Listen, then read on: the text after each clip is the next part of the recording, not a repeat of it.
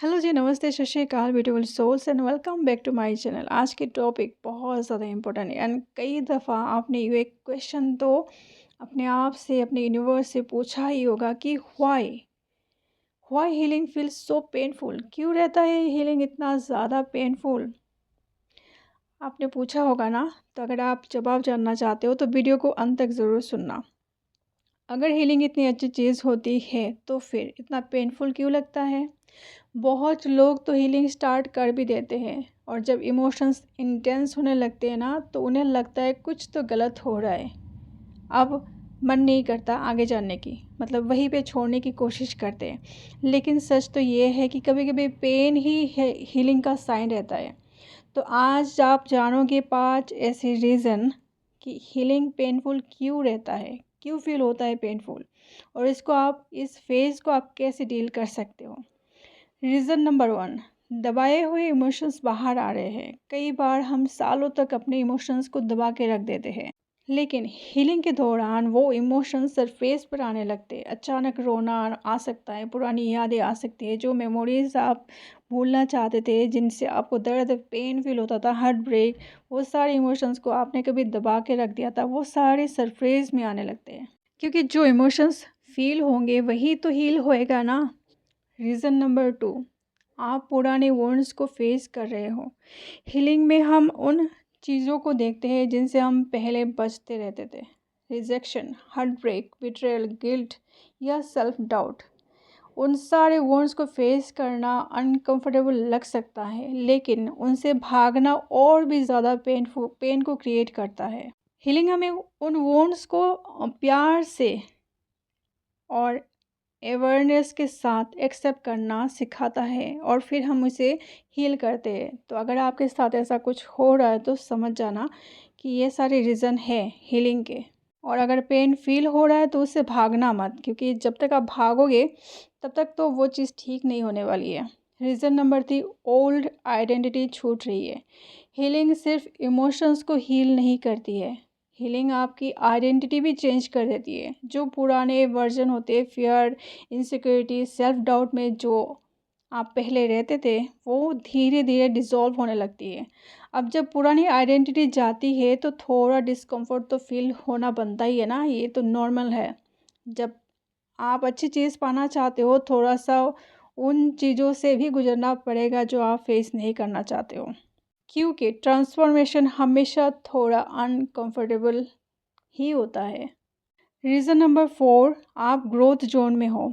Comfort zone safe लगता है, लेकिन ग्रोथ कंफर्ट जोन के बाहर ही होती है। हीलिंग के दौरान आप नए हैबिट्स, नए थॉट्स, नए बिलीव्स को डेवलप करते रहते हो। अगर हर नई चीज़ शुरू में थोड़ी चैलेंजिंग लगती भी है ना, या पेनफुल लगता भी है ना, तो वो ग्रोथ ही देता है हमें। रीज़न नंबर 5, अगर आप स्ट्रॉन्ग हो रहे होते हो। जब जिम में आप जाते हो पहली बार वर्कआउट करने के लिए, तो मसल में थोड़ा सा ऐसे पेन तो फील ही होता है ना। वैसे ही इमोशनल हीलिंग में भी ग्रोथ के साथ टेम्पररी डिस्कम्फर्ट आ सकता है, पर इससे आपको डरना नहीं है, इससे आपको भागना नहीं है। ये सारे साइंस है, ये सारे रीज़न है जिससे आपको पता चलेगा कि हीलिंग जर्नी में ऐसा ही होता है। और इसीलिए मैं ये वीडियो बना रही हूँ ताकि आपको पता चले, अगर आपके साथ ऐसा कुछ हो रहा है, ताकि आप डरो मत, भागो मत। इस प्रोसेस को यूनिवर्स के ऊपर ट्रस्ट करते हुए आगे बढ़ते रहो।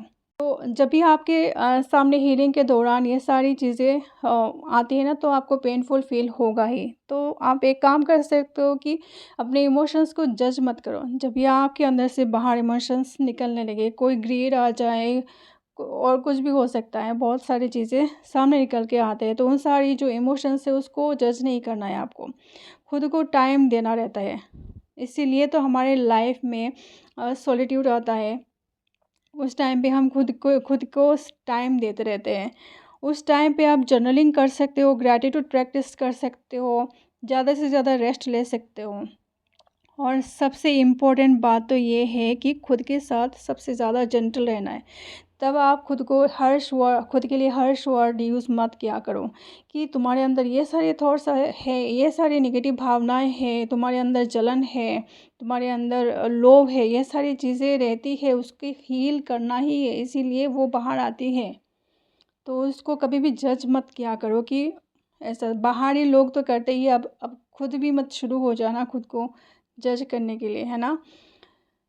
और अगर आपको हीलिंग पेनफुल लग भी रही है ना, तो इसका मतलब ये नहीं कि आप फेल हो सकता है कि आप एग्जैक्टली वही कर रहे हो जो आपको करना चाहिए। इसलिए ट्रस्ट द प्रोसेस। आप टूट नहीं रहे हो, आप एक नए और स्ट्रॉन्ग इंसान बन रहे हो, ट्रांसफॉर्मेशन हो रहा है आपका। जैसे कि बटरफ्लाई का एग्जांपल हम ले सकते हैं कि एक कैटरपिलर जब बटरफ्लाई बनता है ना, बनने वाला होता है, तो उसे एक कोकून के अंदर ही रहना पड़ता है। उस प्रोसेस में उसका पुराना रूप कंप्लीटली डिज़ोल्व हो जाता है। अगर कैटरपिलर भी उस वक्त कहे कि मैं तो ये नहीं सहने वाला और उसको तोड़ देता है, तो एक सुंदर सा बटरफ्लाई वो नहीं बन सकता। और जब किसी बटरफ्लाई को देखते हो, रंग बिरंगे तितलियों को देखते हो, तो कितना ज़्यादा खुश हो जाते हो ना। तो वही चीज़ आपके साथ हो रहा है। अगर हीलिंग के दौरान दर्द हो भी रहा है तो उसको सह के अपने आप को एक नया इंसान बनाओ, तो हल्का इंसान और एक हील्ड इंसान बन पाओगे, ताकि आप भी सुकून से रह पाओ। Thank you so much for watching. Bye bye everyone.